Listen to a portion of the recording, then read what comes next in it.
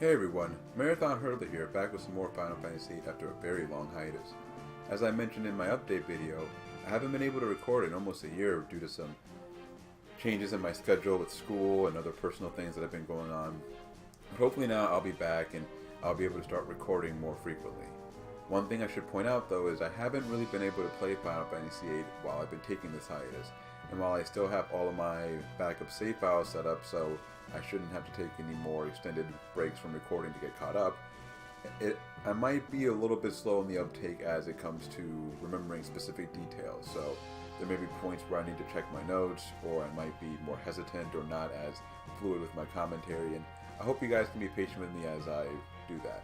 I did do a little bit of a practice run earlier today, so I think I have a pretty good idea of where I'm at and what I need to do, but if I miss anything, I'll make sure to make a note of it, and I'll go back and take care of it at a later point, or I might have to change when I do certain things if I forget something. But for the most part, I think everything should run pretty smoothly from here. Last time, if you remember, we came back to Balamb Garden to warn everyone about the missiles that were coming from Galbadia, only to find the garden in a state of chaos as the campus had been split between two factions, Cid's faction and the Garden Master's faction. We were able to find Cid and warn him about the missiles, and he sent us down to the MD level to see if there was anything we could do, or if there were any secrets that we could find that could help protect us from the oncoming missiles. Off screen, I went ahead and healed Kistis because if you remember, the last video I had her down in her health very low in order to be able to use her limit break, the micro missile limit break, so that I could card enemies more easily without having to risk injuring them. But since we won't be fighting any more random battles for a while, I went ahead and healed her. So let's go ahead and get started. Now the first thing we want to do is hit this lever here, which will open the door down at the end, and then we're going to just walk down this bridge. And this is why I wanted to go ahead and heal Kistis, because when you start walking down the bridge, these two guys pop up and it sends us into our next boss fight. And these guys are oil boils. And much like most of the bosses we're going to be fighting throughout the game, they're not particularly hard. One thing of note though is that they do have the confuse spells, so if you want to pick up some of those, you can go ahead and do that. If you want to pick up more cure spells in case you feel like you might need them, you can do that as well, but I don't. And I've already picked up confuse spells off screen in the backup file, and I won't be needing them for the most part, or I won't be needing them until I get to that backup file, so I'm not going to draw them here. One other thing I should point out with regards to drawing the confuse spell is that these enemies are a little bit easier than the last guys we encountered who had the confuse spell, which I believe was at Galbadia's missile base. So, and that's because these guys can't actually cast confuse on you, and I believe the soldiers at Galbadia's missile base could cast confuse on you, which could be a pain when you're trying to draw those spells. One other thing about these oil boils is that they have an attack. I can't remember the name of it right now, but an attack that can put you under the curse status. And the curse status, I don't think you've seen that up to this point in the game. But what it does is it prevents you from being able to use your limit breaks. Nothing too serious for the most part, because most of the bosses that we fight, we don't really need to use limit breaks against. But it's something to keep in mind, and as you can see, we didn't have to worry about it because we killed these guys before they could even use that attack. And yeah, most of the boss fights at this point are going to be like this simply because we are so overpowered relative to the enemies at this point in the game. That's kind of the benefit of doing this as a max stats run, because up until about disc 3, it's basically a low level run, and at the same time, while you're not gaining any levels, you're getting all these spells that are going to allow you to become stronger, and so it's, yeah, your strength relative to your enemies is pretty high throughout most of the game. Now, one thing I remember saying before, and this is something I had to double check in my notes and see if this is going to be feasible or not. I know with this max stats run, there are really two times where you could actually go ahead and max your stats. I typically wait until disc 3 to do so, but if you really want to, you can actually go ahead and max your stats as early as the end of Disc 2, I believe. I'll have to double check that, but I'm pretty sure you can. And I think I remember mentioning that I would show off how you could do that if you wanted to max your stats earlier, and I think I'm still going to try to do that, but I have to check my notes to see if that's feasible. If it isn't, then, you know, I might just move past that point and just do the max stats run as a Disc 3 max stats run instead of showing you both options. But if I can, and if it makes sense, and it's not going to be too much of a distraction, then I'll try to do that. But my priority right now is trying to get the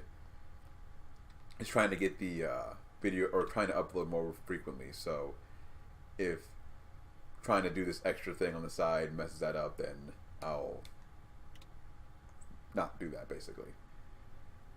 But yeah, once you get down to the end here, all you got to do is hit this little switch twice. And clearly, Squall has no idea what he's doing. He's not an electrical engineer or anything. I mean, he's just an 18-year-old kid. We didn't even know this room existed.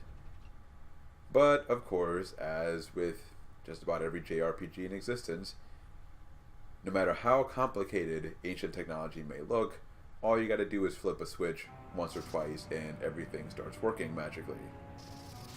No wear and tear, no rust, no nothing. Everything's just gonna start working fine.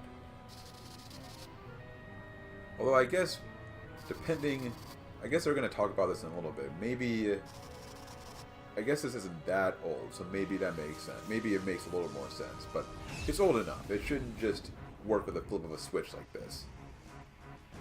And I like how Sid's like looking everywhere except at the ground underneath him, where the light was coming from, and he appropriately gets knocked on his butt because he wasn't paying attention.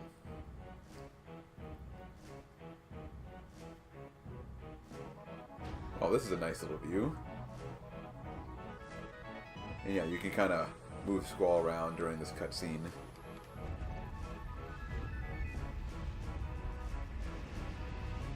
This is one of the more exciting, or I think this is one of the cooler cutscenes in the game. It's not on par with the Squall assassination scene or the storming the beach scene, but it's up there.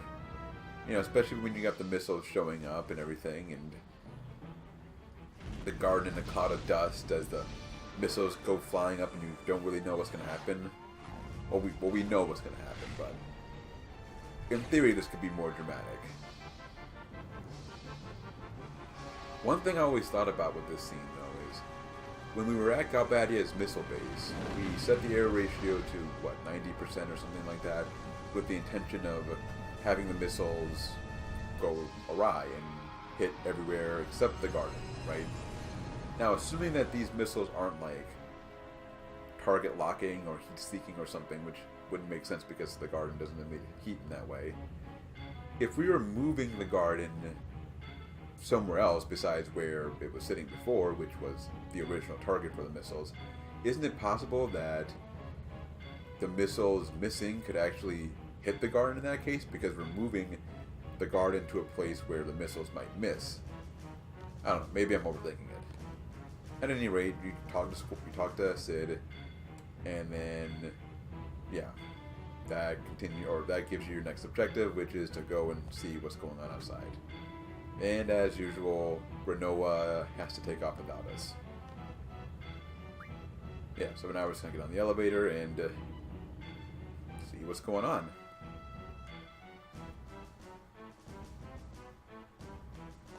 And at least Rinoa was waiting for us. We don't have to track her down. And now we're just gonna. I don't know if they're gonna give us the option. Nope, they don't give us an option. We don't get to choose which floor we go down to. We're gonna go down to the second floor, and then we're gonna run past the classroom. And everyone is appropriately freaking out because the garden all of a sudden started moving. Except for that one guy, he's just kind of chilling on the floor there.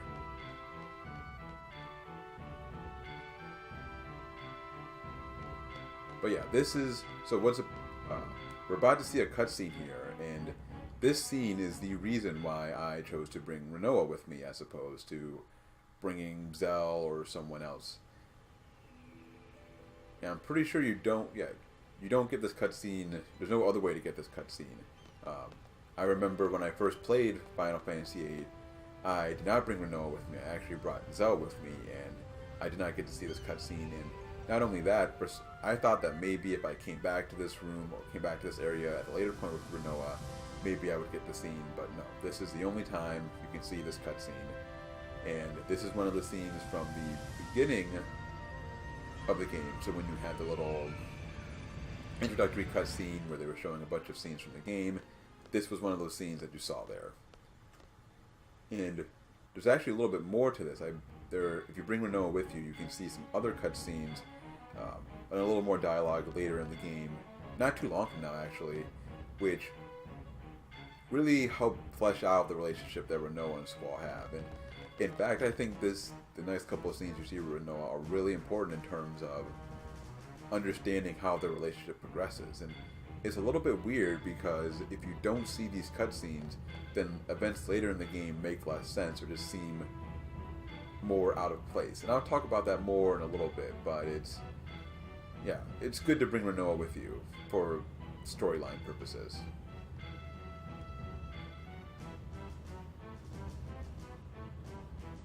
Well, who's gonna do something? Of course, we're gonna ask Squall. I mean, he's 18 years old. Headmaster said you're like, what, in your 40s or 50s? I would think that you'd be the one who would have a better idea what to do here. But yeah, this is the point in the game where we start asking Squall to do a lot of things for us for no apparent reason. Well, not for no apparent reason, but for no reason given his lack of credentials. Because remember, he just became a seed about 2 weeks ago. Even Keistis, who admittedly was a failed teacher, has more experience as a seed. She passed her seed exam presumably she passed her seed exam earlier than Squall did. And there's so many other people who have a lot of experience here who we could be asking to do random things like this. And yet, at this point in the game, we just start asking Squall to do everything.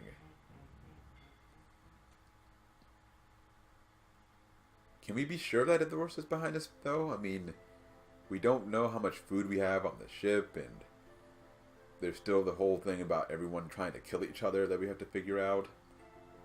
I would think that having no escape would be a bad thing if everyone's really mad at each other.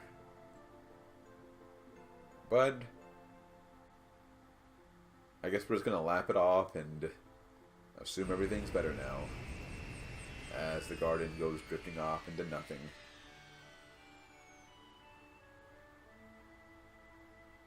Wow, we're already so far from the shore we can't even see the coast of Balamb anymore.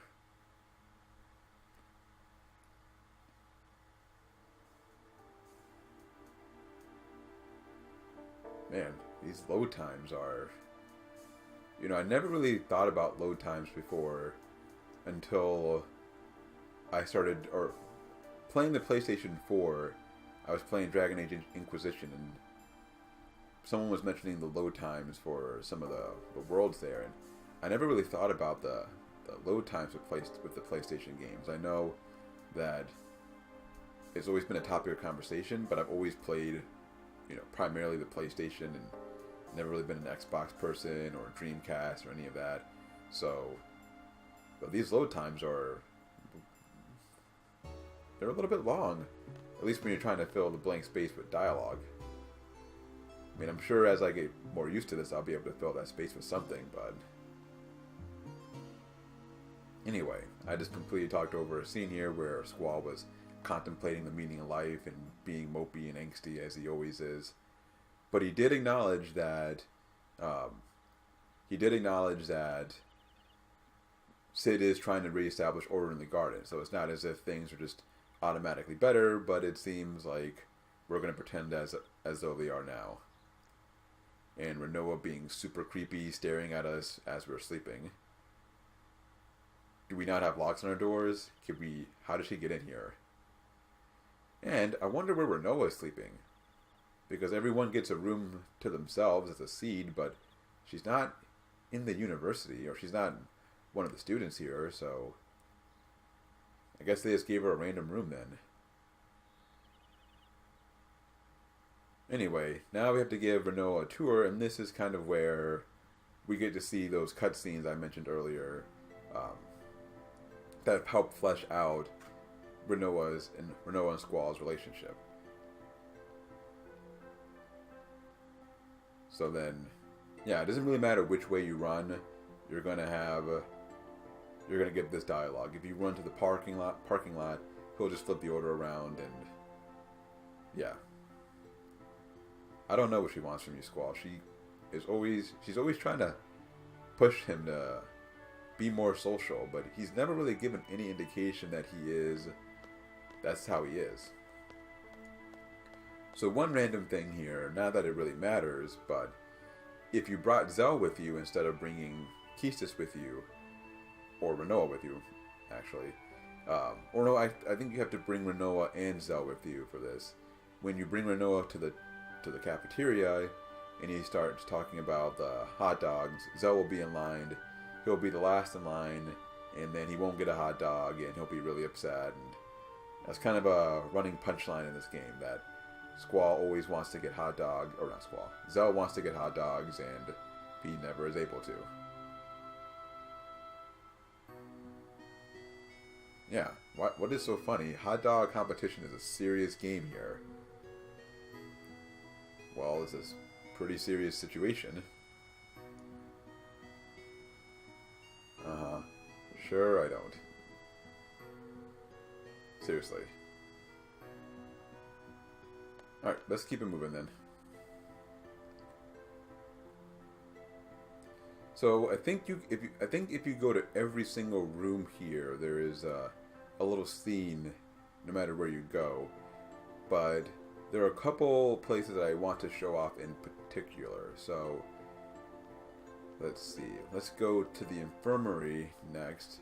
I think we get a scene. I think it's now that we get the scene if we go to the infirmary. Yep.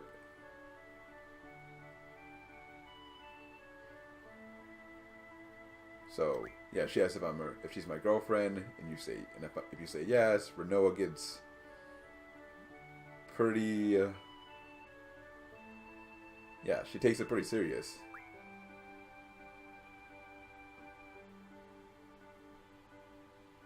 Ha ha ha ha.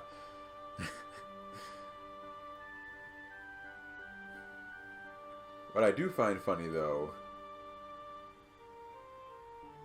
yeah, so she's asked us to see, there we go, to talk to Dr. Sid, or not Dr. Sid, wow, to talk to Headmaster Sid about seeing her when we get a chance. And that's one of those scenes that you only get if you bring Rinoa with you, and I think it helps bring context to what happens later. Though the one thing I'll say that's interesting about this is that Squall and Rinoa have had, they're friendly now, but they had a pretty rocky start to their relationship, and Rinoa is already willing to say that Squall is her boyfriend. I mean, I don't want to judge. It just seems like it's a little fast, right? I don't know. Maybe that's just me. Let's see. Yeah, I thought there might be a scene here. Okay. Seriously, guys. I thought there might be a scene here, but there is not. So, the only other place that I want to go then is the library.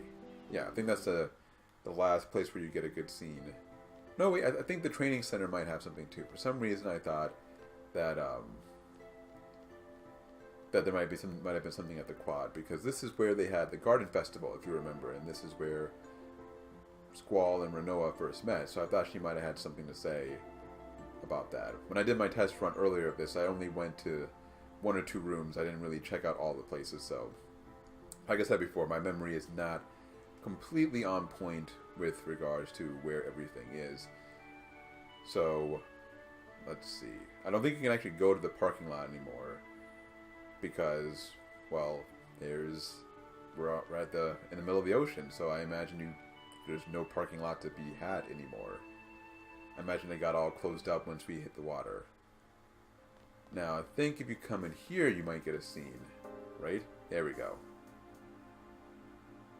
The monster's lair.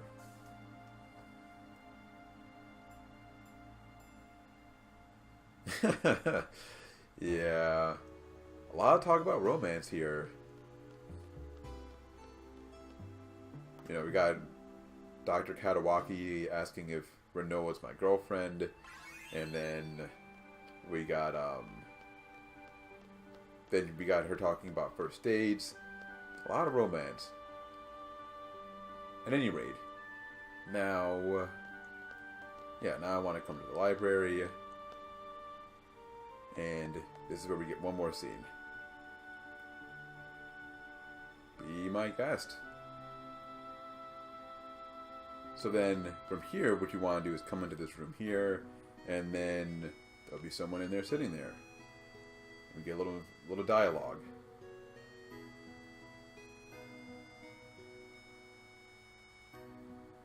Hello.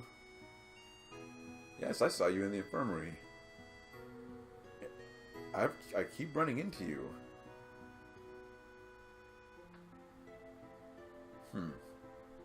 So I know you. So this is going to become a pretty important part. Or let me see if there's anything else she says.